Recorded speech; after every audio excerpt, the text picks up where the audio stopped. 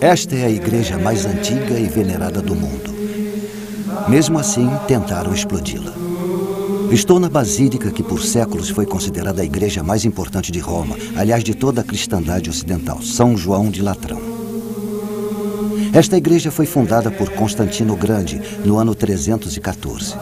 Ela recebe fiéis há mais de 1.600 anos.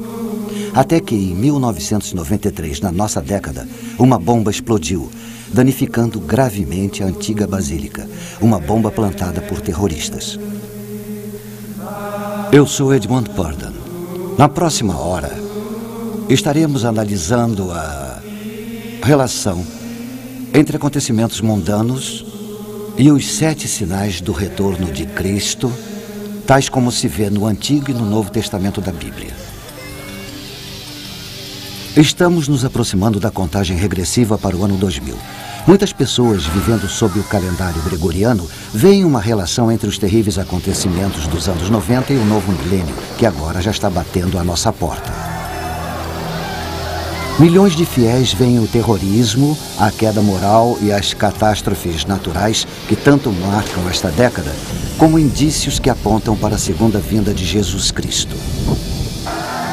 Eles se perguntam: não será exatamente a nossa geração de que falaram os profetas quando fizeram suas predições? Terá chegado o final dos tempos?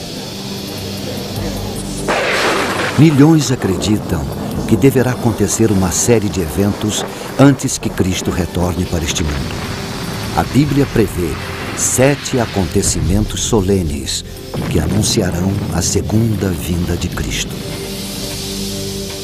Eu não sou teólogo, é claro, mas reconheço que um desses eventos já é história contemporânea. E outro é história em andamento.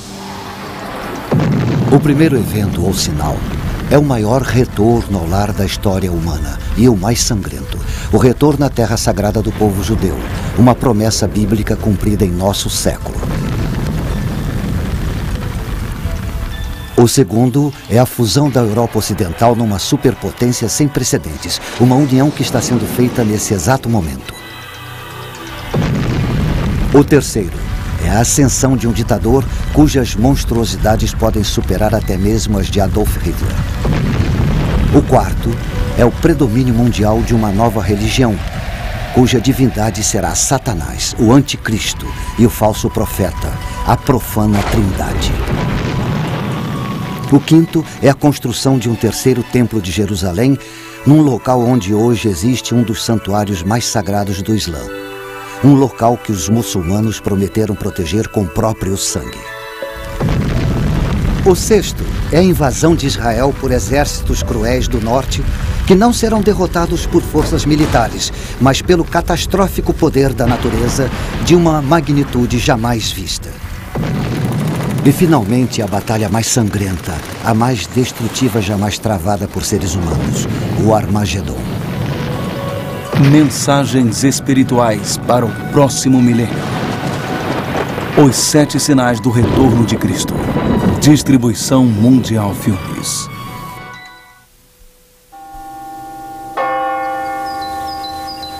Mil anos antes de terem colocado a bomba, São João de Latrão era a igreja do Papa. Na véspera do Ano Novo, do ano de 999, o Papa Silvestre II fez uma missa aqui para uma congregação profundamente contrita, marca do arrependimento pelos seus pecados. Muitos dos ricos da congregação tinham doado suas terras, outros libertaram seus escravos. Agora aguardavam temerosos que os sinos da igreja finalmente anunciassem um novo milênio e a segunda vinda de Jesus Cristo.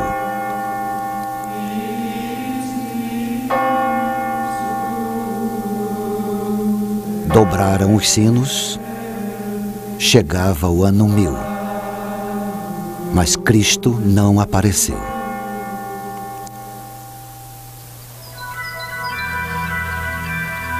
Sendo assim, o sol nasceu no primeiro dia do começo de um novo milênio.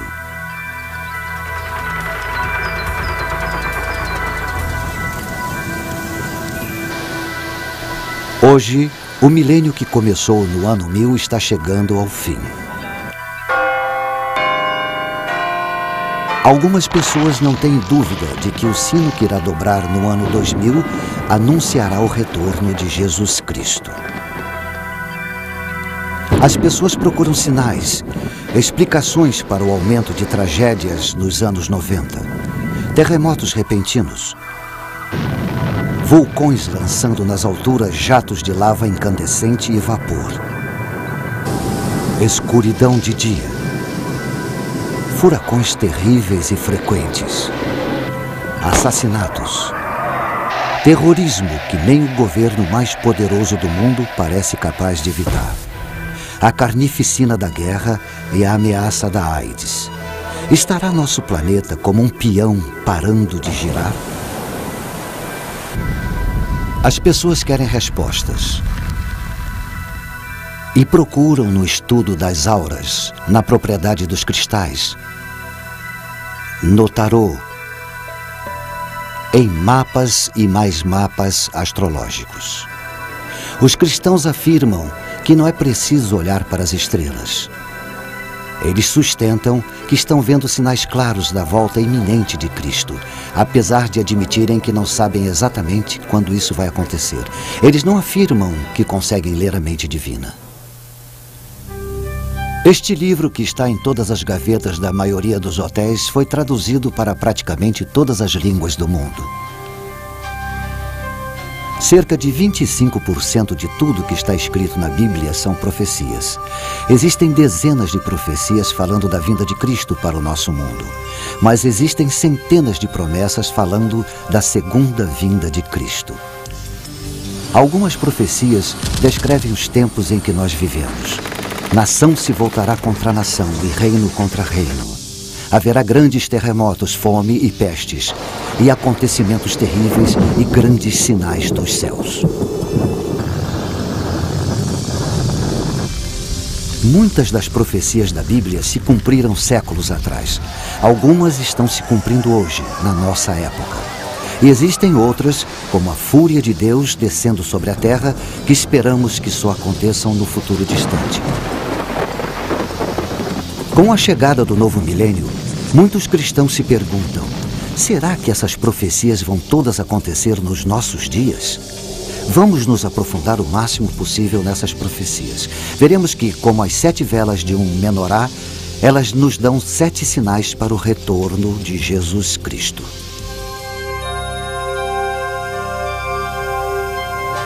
Vejamos o primeiro sinal, a devolução de Israel. As profecias são muito claras. Cristo não voltará para esse mundo antes que o povo judeu tenha de volta sua nacionalidade. No dia de Ano Novo do ano 1000, os cristãos não tinham o que temer. Na época, o povo judeu estava espalhado por todo o mundo. Com a aproximação do ano 2000, os judeus podem comemorar seu retorno para a terra que Deus havia prometido para eles. E eles a transformaram numa terra e tanto. Os restos ressequidos do passado voltaram à vida. Milhares e milhares de árvores foram plantadas. O deserto foi transformado num pomar. Os israelenses modernos se mostraram dignos de uma promessa ancestral, mas não sem derramamento de sangue. O povo judeu, como nação, começou quando o patriarca Abraão obedeceu à vontade de Deus. Sai-te da tua terra, para a terra que eu te mostrarei. Esta é a terra que Deus prometeu a ele. Importante centro entre a Ásia e a Europa, no coração de onde nasceu a civilização. Uma terra de montes bucólicos e ricas praias salineiras. Geograficamente, os antigos judeus foram pegos no fogo cruzado entre as forças do Egito e da Síria, e cercados por povos decididos a expulsá-los da terra que eles acreditavam que Deus destinara para eles. Dessa época até hoje, a Terra Prometida sofre com guerras constantes. Com o tempo, a Assíria conquistou o reino de Israel ao norte. Suas 10 tribos se perderam na história. Mais tarde, o reino de Judá ao sul foi esmagado pelas forças de Nabucodonosor e seu povo foi levado prisioneiro para a Babilônia. Até que os persas destruíram a Babilônia e os descendentes de Abraão ficaram livres para voltar para a Terra Prometida. Mas a Terra Prometida estava ocupada por Roma.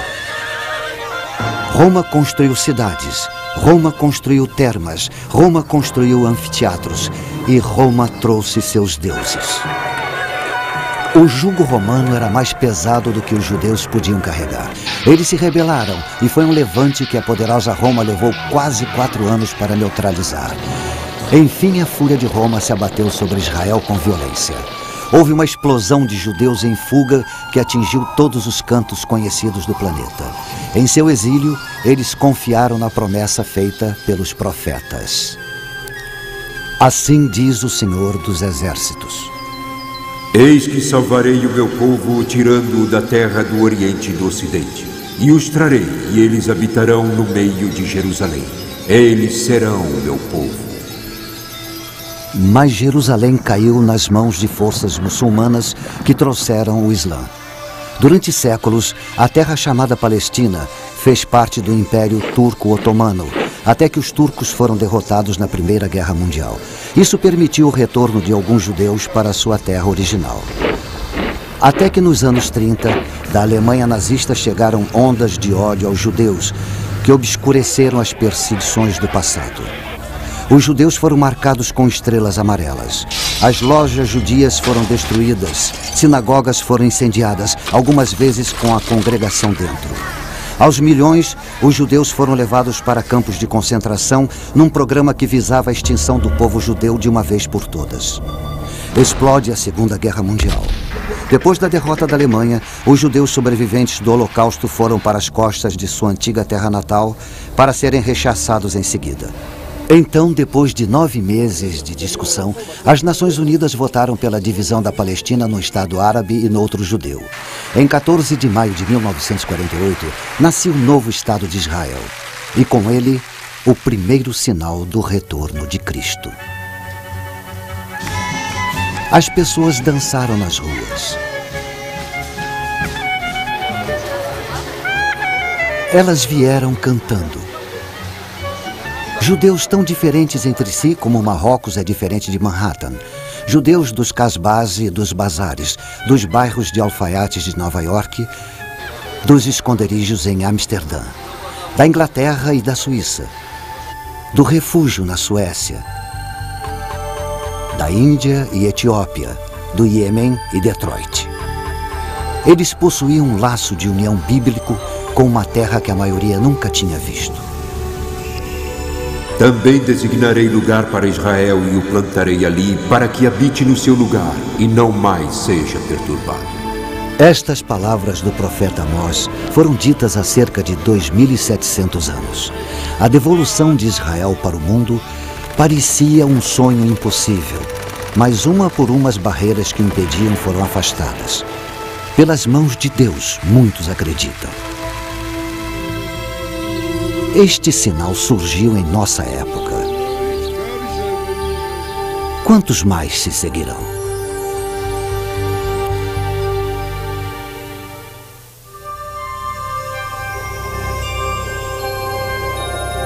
O segundo sinal, a Europa unida. Respondeu o rei: verdadeiramente o vosso Deus é Deus dos deuses, o Senhor dos reis e o revelador dos mistérios.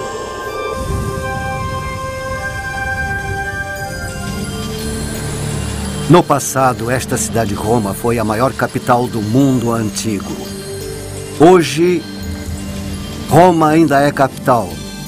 Uma capital de um dos muitos países do oeste europeu que formaram uma confederação denominada UE, ou mais popularmente União Europeia. A União Europeia é dinâmica. Ela alimenta o ideal de uma Europa unida, integrando os países membros econômica e politicamente. Ela prevê políticas comuns no comércio, na agricultura. Isso exige um sistema monetário europeu único para todos os países membros. Ela mantém um parlamento multinacional. Se a União Europeia decidir formar um exército comum europeu, ela emergirá como o Império Romano do século XXI. Incrivelmente, toda a operação da União Europeia foi prevista há cerca de 1600 anos. Isso aconteceu na Babilônia, a lendária Babilônia dos Jardins Suspensos.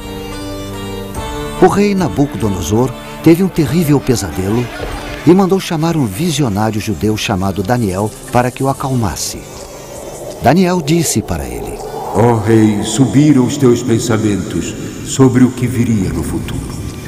Ele continuou falando de uma enorme estátua de 4 metais de vários graus de dureza, referentes a grandes impérios do mundo antigo. A cabeça de ouro é a Babilônia. O peito e os braços de prata, o Império Persa. E o ventre e as coxas de bronze eram os conquistadores gregos. O triunfo de Roma sobre os outros é representado pelas pernas de ferro da estátua. Muito interessantes são os pés de ferro e barro. Os 10 dedos simbolizando 10 nações que cederão sua soberania a Roma. Daniel também teve uma visão do futuro. Foi tenebrosa. Ele viu 4 terríveis animais saindo de dentro do oceano. O primeiro, o leão alado da Babilônia. O segundo, um urso simbolizando o Império Persa. O terceiro, um leopardo simbolizando Alexandre o Grande e seu império. O quarto animal, o mais terrível de todos, Roma, que devoraria os outros 3. Ele tinha grandes dentes de ferro. Ele devorava e fazia em pedaços suas vítimas e tinha 10 chifres. O profeta continua e diz que só depois que este superpoder de Roma for destruído, Cristo voltará para a terra e estabelecerá um domínio eterno que não passará. Mas a ideia de uma Roma imperial nunca morreu. Os fantasmas dos Césares continuaram assombrando as lideranças europeias. No século VIII, Carlos Magno foi coroado Sacro Imperador Romano. O Sacro Império Romano atingiu seu ápice durante a Renascença, com Carlos V. Napoleão desejou tanto o poder do Império Romano que se autoproclamou imperador. Roma chegou viva ao século XX com Tsar Nicolau e o Kaiser Wilhelm. Os títulos Tsar e Kaiser vêm de César. Benito Mussolini considerou-se durante os 21 anos de ditadura na Itália um César. Com grande entusiasmo, as pessoas o saudavam como Il Duce, Duce, que significa nosso líder, nosso líder. Ele devolveu o antigo nome romano para o Mediterrâneo, Mare Nostrum, nosso mar. O símbolo de seu governo de ferro foram os fasces, um feixe de varas exibido na Roma antiga como símbolo da autoridade. Enquanto governou, ele foi uma prova solene de que, mesmo no século XX, o espectro da Roma imperial nunca chegou a morrer. Hoje, as bandeiras da União Europeia flamulam por cima de muitos dos antigos territórios imperiais. Os Estados Unidos da Europa. Este era o sonho pós-guerra de Winston Churchill e de Konrad Adenauer, o primeiro chanceler alemão depois da rendição nazista. Para esse fim, em 1958, os líderes europeus se reuniram no Monte Capitolino e fundaram o Mercado Comum Europeu, que se desenvolveu até tornar-se a União Europeia que conhecemos hoje.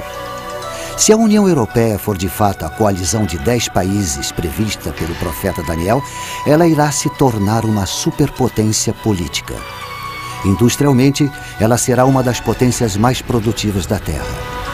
Ela vai sustentar um gigantesco exército multinacional com as armas mais avançadas. E diz o profeta, vai impor um único credo, um jugo religioso a todos dentro de sua esfera. Quem será o senhor dessa superpotência política, esse gigante econômico, esse colosso militar?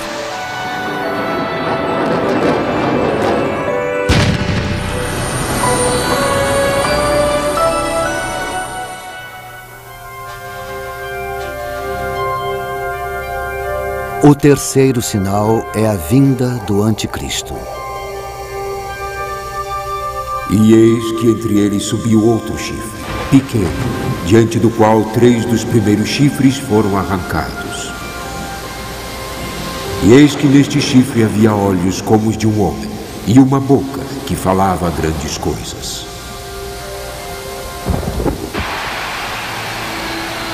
O profeta Daniel previu a ascensão de um ditador de uma confederação de 10 países com quartel-general em Roma. Ele vai se posicionar contra Cristo nos últimos dias antes da segunda vinda. Ele previu um homem que arranca todos que se opõem a ele em sua ascensão até o poder absoluto.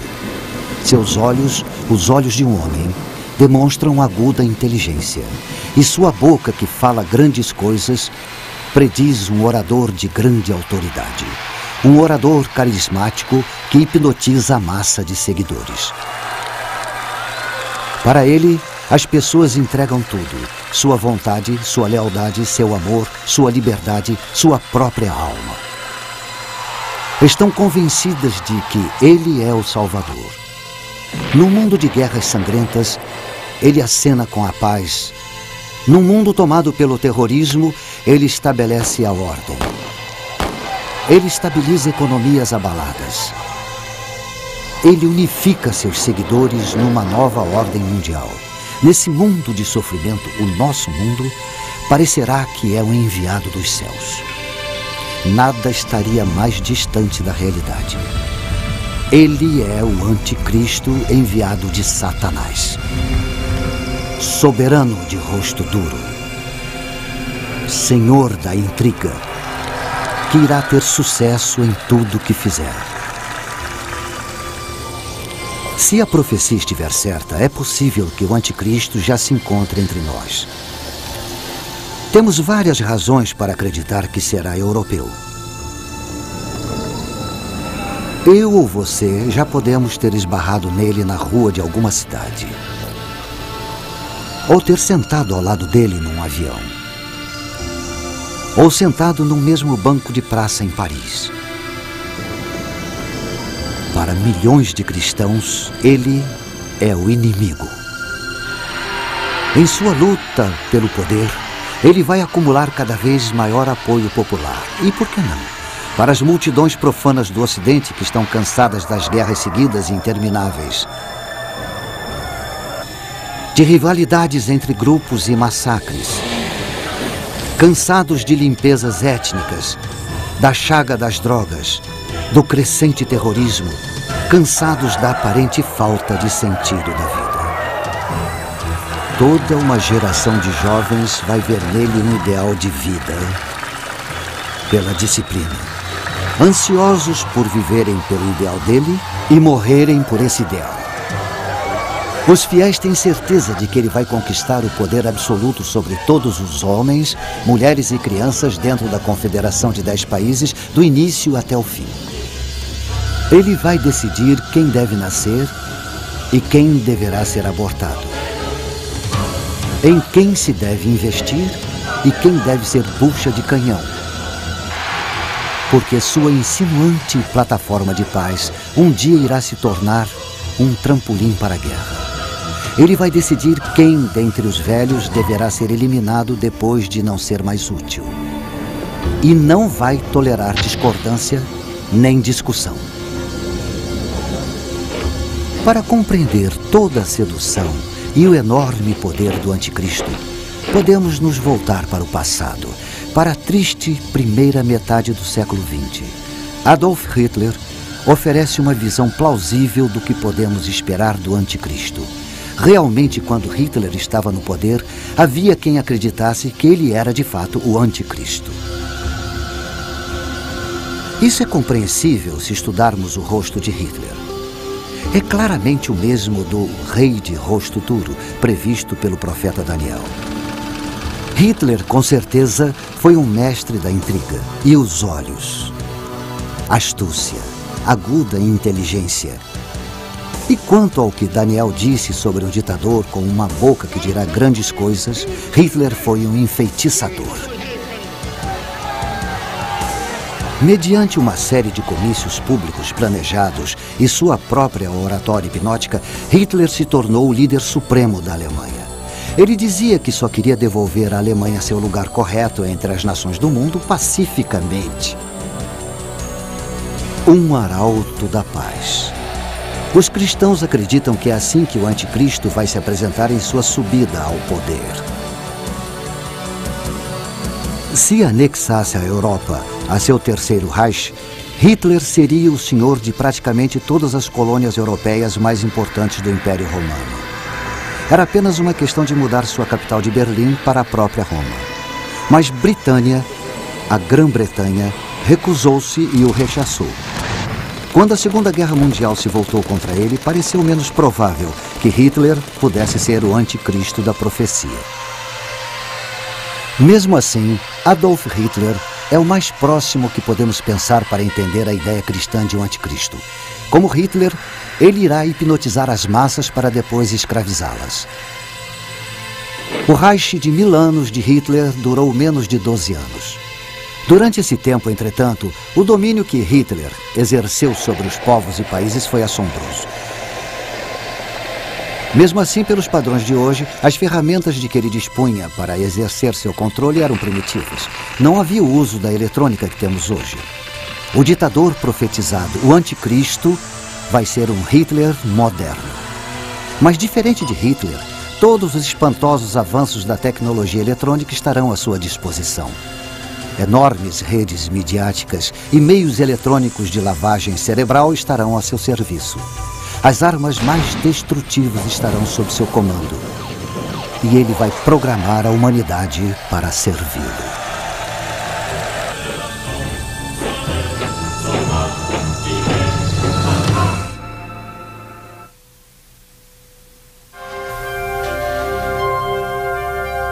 O quarto sinal.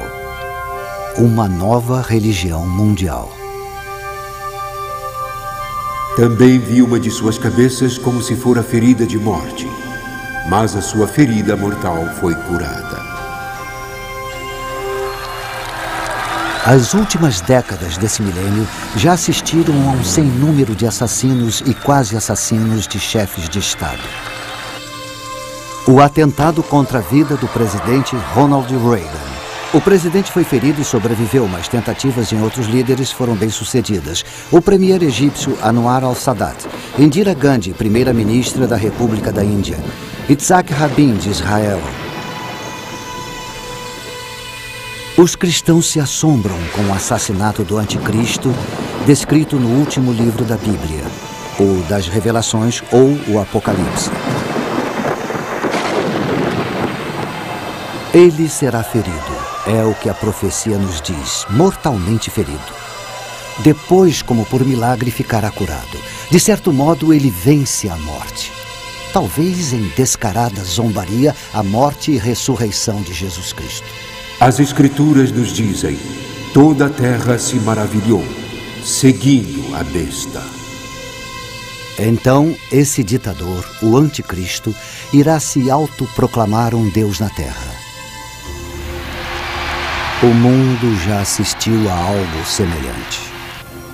Nós nos lembramos de julho de 1944. Vários oficiais de alta patente do exército alemão conspiraram para matar Hitler com uma bomba escondida, uma bomba potente. Milagrosamente, Hitler sofreu apenas ferimentos leves. Para seus fiéis seguidores, Hitler não tinha apenas frustrado a traição. Ele tinha desafiado sobrenaturalmente a morte. Mais uma vez analisamos o ditador demoníaco para entender melhor o anticristo que virá. Enquanto o mundo estava sob seu controle, Hitler trabalhou para tirar Deus de seu trono. Heil Hitler substituiu Vá com Deus nas saudações. Nós vivemos por Hitler. Nós morremos por Hitler. Nosso Hitler, nosso Senhor, que impera no admirável mundo novo.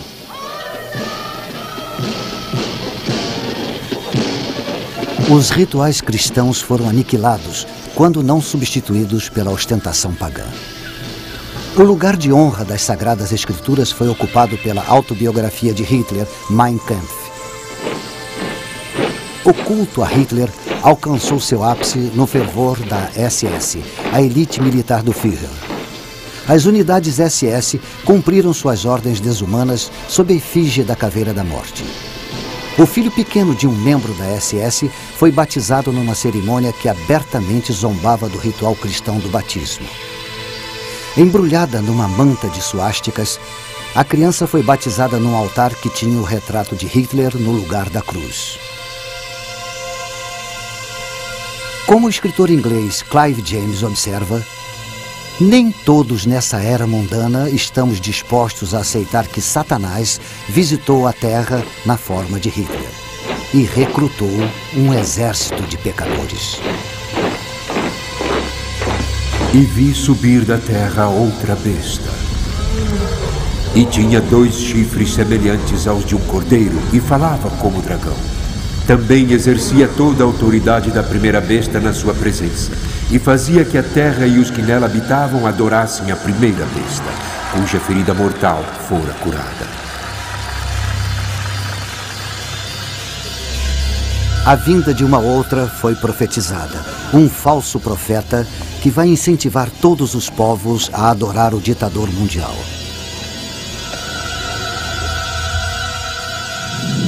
A Bíblia nos diz que ele vai fazer o fogo descer do céu. Mesmo assim, ele não fará de si mesmo objeto de adoração. Em vez disso, irá dirigir a adoração do povo para o ditador, o anticristo. Ele fará as mentiras do anticristo parecerem verdade. E assim, esse ditador, economicamente e militarmente o mais poderoso que o mundo jamais conheceu, irá se considerar divino. Ele vai tentar imitar os milagres terrenos do Cristo. Se Jesus devolveu a visão aos cegos, ele vai empregar talvez tratamentos médicos ainda desconhecidos para a cegueira. Se Jesus fez os coxos andarem, ele poderá recuperar nervos e músculos atrofiados eletrônica ou quimicamente. Se Jesus fez a filha de Jairo voltar da morte, ele poderá, como Frankenstein, usar espantosas novas tecnologias para tentar igualar o milagre. Ou com poderes satânicos, ele poderá genuinamente dominar o sobrenatural para operar seus milagres. Porque a Bíblia diz que é Satanás quem alimenta esta dupla de anticristo e falso profeta. Desde o princípio, Satanás, o inimigo, o enganador, está determinado a afastar a humanidade de Deus. O fim dos tempos assistirá à maior mentira de todas, Satanás como o Pai, o anticristo como o Filho e o falso profeta como o Espírito Santo. A adoração do homem pela profana Trindade. O mundo poderá festejar tal reviravolta. Nosso mundo ocidental está tomado pela desorientação espiritual. Pequenos profetas surgem em toda parte. Muitos buscadores da verdade são atraídos para as fileiras de cultos bizarros. Em Jonestown, na Guiana, um falso profeta orienta seus seguidores para cometerem suicídio em massa pela ingestão de uma mistura com cianeto.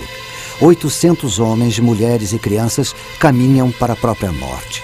Em seguida, um falso messias provoca a morte de famílias inteiras no Texas.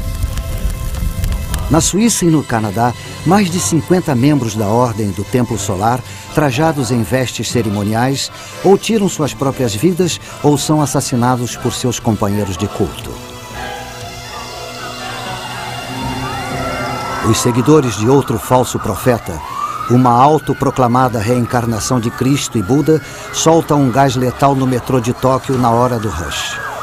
Milhares de trabalhadores são hospitalizados, alguns morrem. Violência oriunda do fervor religioso. De fato, a adoração da profana Trindade pode não estar longe.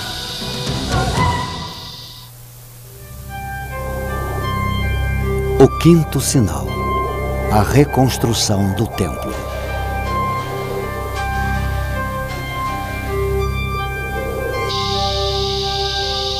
Foi-me dada uma cana semelhante a uma vara, e foi-me dito: levanta-te, mede o santuário de Deus e o altar e os que nele adoram.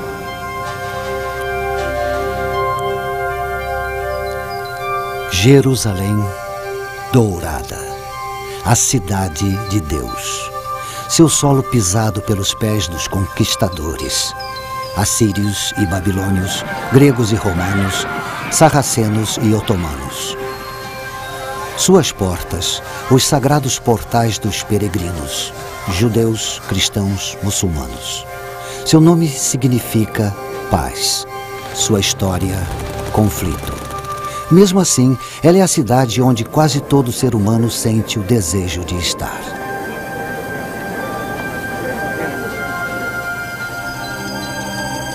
Este é o portão dourado de Jerusalém, silencioso perante a estrondosa profecia. Tanto judeus como cristãos tomam conta desse portão. Para os judeus, é o portão pelo qual o Messias vai entrar em Jerusalém e devolver a Israel sua glória do passado.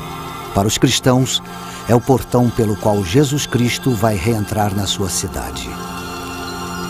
Bem escolados nessas profecias, os otomanos muçulmanos lacraram o portão em 1530. E sabendo que o Messias, como um sumo sacerdote judeu, não pode atravessar um cemitério, construíram um bem grande na frente do portão.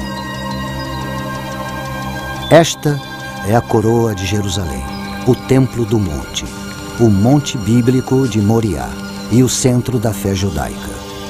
Apesar de ter apenas 35 acres, é o pedaço de terra mais disputado de todo o mundo. Foi aqui, como se vê nesse modelo, que o rei Salomão construiu o primeiro templo de Jerusalém, com os cedros do Líbano.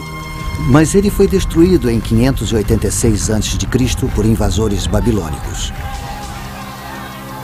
Por volta de 26 a.C., o rei Herodes o Grande completou a construção do segundo templo. Foi seu maior feito. Para este templo, com ornamentos dourados brilhando em sua fachada de mármore branca, os judeus de todas as províncias do Império Romano faziam suas peregrinações de Páscoa.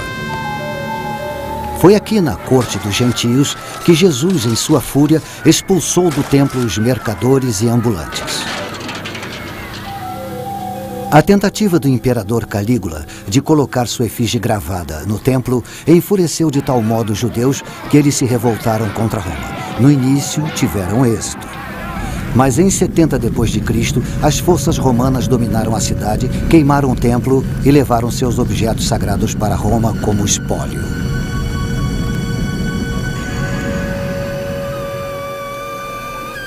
Tudo o que resta hoje dos templos de Jerusalém é uma parede de sustentação feita de pedras enormes de 15 metros de altura chamada Ha-Kotel, ou Muro das Lamentações.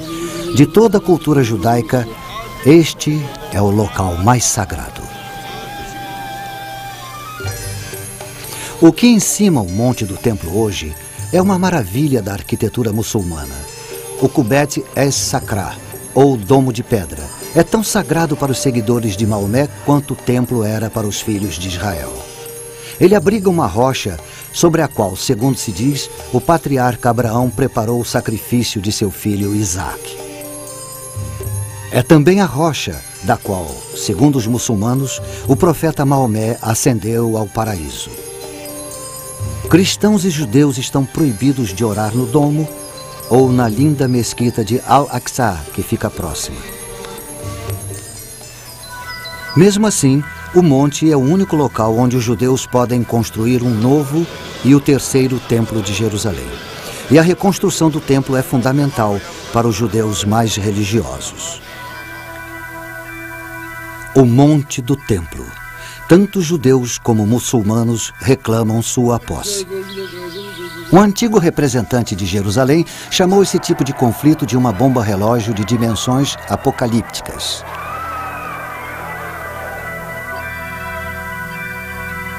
Por volta de 691 d.C., os muçulmanos terminaram de construir o Domo de Rocha. Ele está sobre o monte do templo há 1.300 anos. Não estão dispostos a tirá-lo para dar lugar a um terceiro e definitivo templo judeu. Muitos judeus rezam por um milagre. O templo virá do alto, eles dizem. Mas existem fanáticos tramando tomar o templo à força. Um militante do templo, ex-soldado do exército israelense, atraiu milhares de seguidores. Nossa ideia, ele explica, é mudar a mesquita, mudar o domo de rocha para ser reconstruído em Meca. Um grupo conhecido como Instituto do Templo já está se preparando para um novo sacerdócio judeu. Objetos rituais para sacrifício estão sendo feitos. Vestes rituais sendo confeccionadas. À sombra do Muro das Lamentações, há escolas do Talmud, onde estudantes ávidos são preparados para realizar os antigos rituais dos sacerdotes judeus. Um modelo em escala do Terceiro Templo já foi até construído. Mas os muçulmanos não abrem mão do Monte do Templo. Em 1990, irrompeu um tumulto quando um grupo de judeus tentou fincar a pedra angular do novo templo. Cristãos acreditam que Jesus Cristo não vai voltar para esse mundo até que o terceiro templo de Jerusalém esteja pronto. Como isso é possível com esta situação explosiva entre muçulmanos e judeus? E deu-se-lhe autoridade sobre toda a tribo, povo, língua e nação. O ditador dos 10 países irá intervir. Chegando como pacificador, ele irá enganar até o eleito.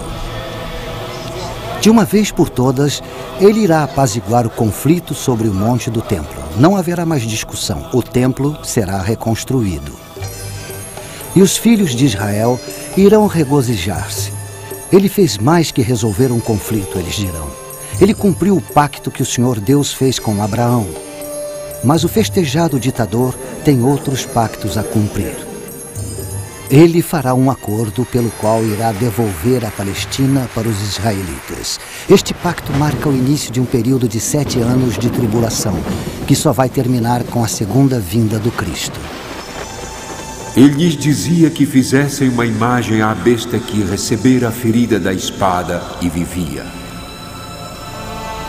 Agora, o falso profeta, fonte oculta do poder, entronizará o ditador anticristo no novo templo de Jerusalém. E os que habitam sobre a terra irão adorar a besta, cujos nomes não estão escritos no livro da vida. A imagem dele será adorada, venerada, cultuada. Todos que se recusarem serão mortos.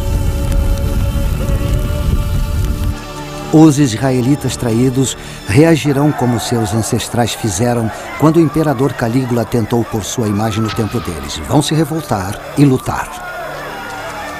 E o ditador os fustiga com tal massacre que irá ofuscar o holocausto de Hitler.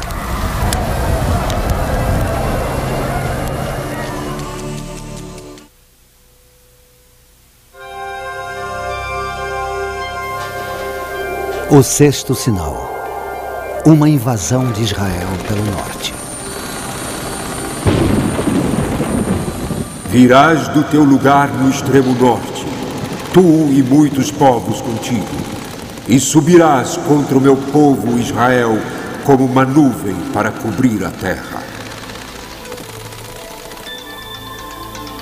Com os acontecimentos se precipitando nesta última década do século, o aparentemente indestrutível Muro de Berlim ruiu fragorosamente. A poderosa União Soviética se desintegrou. O mundo tremeu com as consequências. A profecia bíblica lança alguma luz sobre o que isso pode significar no novo milênio. Apesar da falsa bondade do ditador, a nação de Israel continua próspera e segura em seu pacto com os Estados Federativos da Europa. Mas as nações árabes, frustradas, se apressam em conseguir aliados. Estudiosos das profecias bíblicas tendem a acreditar que um país do norte irá lutar com eles. Veio a minha palavra do Senhor dizendo: Filho do homem, dirige o teu rosto para Gog, terra de Magog, príncipe e chefe de Meseque e Tubal, Pérsia, Cuxi e os de Put com eles, e Gomer e todas as suas tropas. O profeta Ezequiel prevê uma nova coalizão. As nações da Pérsia e Etiópia, Put e Gomer, sob a liderança de Gog de Magog, para combater os estados federativos da Europa. Exegetas bíblicos discutem muito os nomes nessa profecia. Existe unanimidade sobre alguns e discordância em outros. Gog significa governante do fim dos tempos. E Magog, país que é tanto poderoso quanto aterrorizante. Alguns veem Moscou na palavra Mesek, outros discordam. Antes dos acontecimentos de 1989, era fácil pensar que a União Soviética de ateu seria o Gog de Magog das Escrituras. Com o fim da União Soviética, as opiniões foram repensadas e as antigas forças se agitam. A reunião é possível. Estudiosos têm certeza que a invasão virá do norte. Há milhares de anos, a terra de Israel sempre foi invadida pelo norte. Apesar de norte não ser necessariamente onde fica o país de cada exército invasor. A identidade dos estados membros dessa coalizão é muito clara. Pérsia, o atual Irã, é um deles. A Etiópia, que já foi aliada da antiga União Soviética, é outro. Put é o nome bíblico para o que hoje se chama Líbia.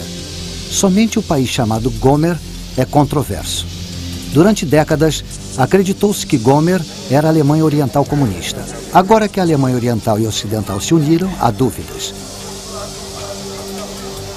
Significativamente, os nomes dos estados recuam até o primeiro livro da Bíblia, até Jafé, o filho de Noé. Depois do grande dilúvio, os filhos de Jafé foram para o norte, para a terra de Rosh. Rosh se parece com Rússia. Mas como alguns sábios prudentemente nos lembram, o nome Rússia, derivado do varego Rus, que fundaram o reino de Kiev, não existia até o advento do século IX d.C. Não está claro por que os estados federativos da Europa não repelem o Gog de Magog e sua coalizão. O que está claro é que, enquanto Israel dorme na segurança de seu novo pacto, Gog e seus aliados atacam como uma nuvem para cobrir a terra.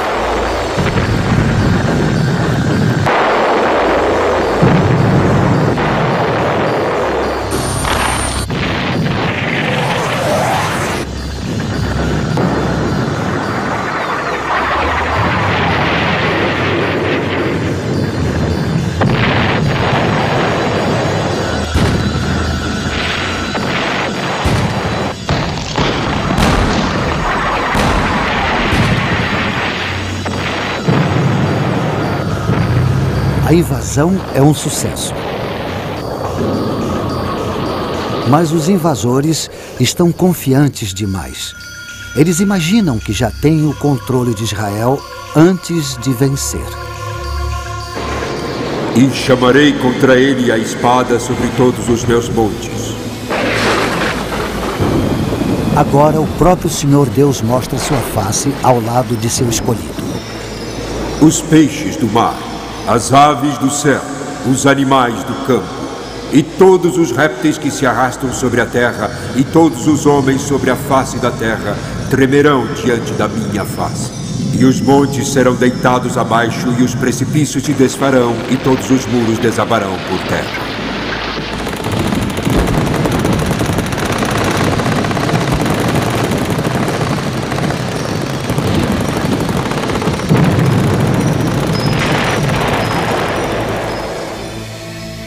Gog e sua coalizão são destruídos. Tão grande é a devastação que leva 7 meses para enterrar todos os mortos e 7 anos para enterrar todos os terríveis destroços. Mas esta guerra é um mero prelúdio do que está por vir.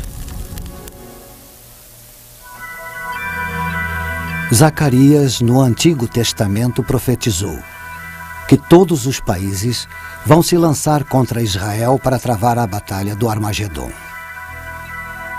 Em 2 de dezembro de 1942, neste local, na Universidade de Chicago, foi feita a primeira fissão nuclear.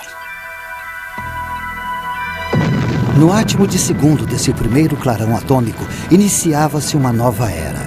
A era da energia nuclear e a da guerra nuclear. Se a profética batalha do Armagedon for inevitável, será um holocausto de natureza nuclear. Se isso vier a acontecer, pode-se dizer que a batalha teve sua origem neste local, onde está hoje a escultura comemorativa de Henry Moore. O 7º sinal. A Batalha do Armagedon. Pois eu ajuntarei todas as nações para a peleja contra Jerusalém.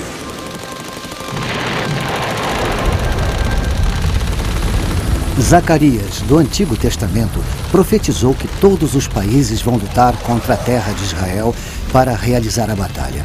Ele previu uma batalha em que uma boa parte da raça humana irá morrer. O nome do lugar onde essa batalha será travada provoca arrepios só de ouvir. Armagedon. Os cristãos acreditam que toda a epopeia dos judeus é uma crônica dos esforços de Satanás para destruir o povo escolhido de Deus e para malograr o plano de Deus para a redenção da humanidade. O tempo é chegado em que esse adversário de Deus fará um grande último esforço para atingir seus objetivos.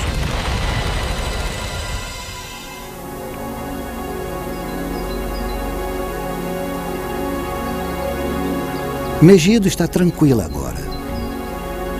No mundo antigo, aqui era um centro de comércio fundamental. Debaixo das ruínas da cidade que estão vendo, estão enterradas 20 outras Megidos, uma em cima da outra. A cidade foi reconstruída 20 vezes. O Vale de Megido se estende do Mediterrâneo até o norte de Israel. Quando Napoleão veio aqui, sua análise militar foi que, na planície de Megido, a natureza tinha criado seu maior campo de batalha. Nós conhecemos Megido melhor por seu outro nome, Armagedon.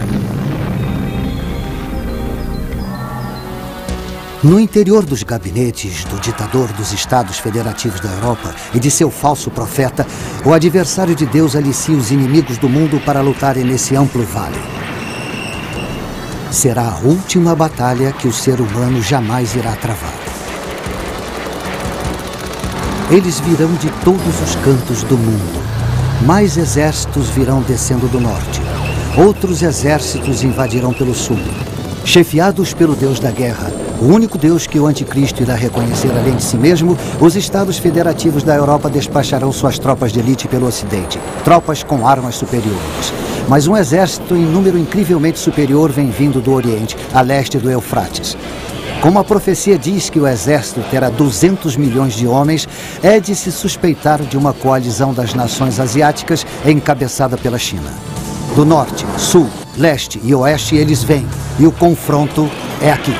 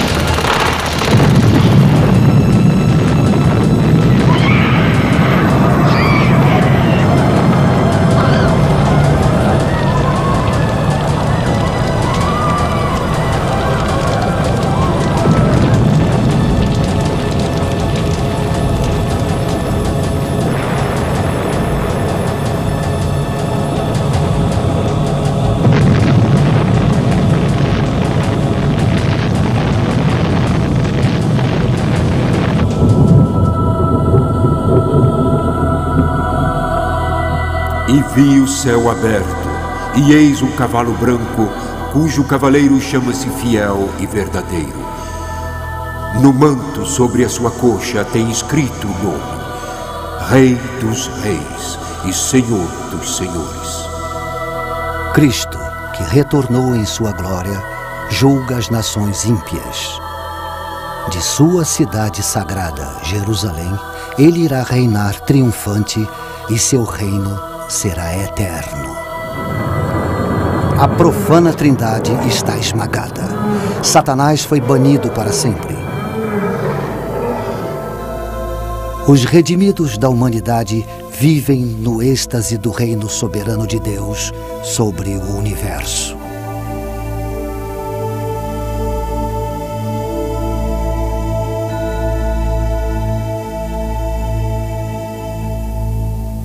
Para quem estiver de fora, o futuro profetizado pode parecer de fato muito sombrio. Os fiéis tentam ver, além do caos, a vinda de Cristo. Eles dizem que a mensagem da profecia não é temível, é cheia de esperança.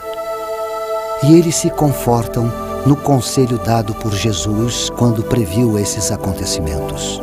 Quando estas coisas acontecerem, exultai e levantai vossas cabeças.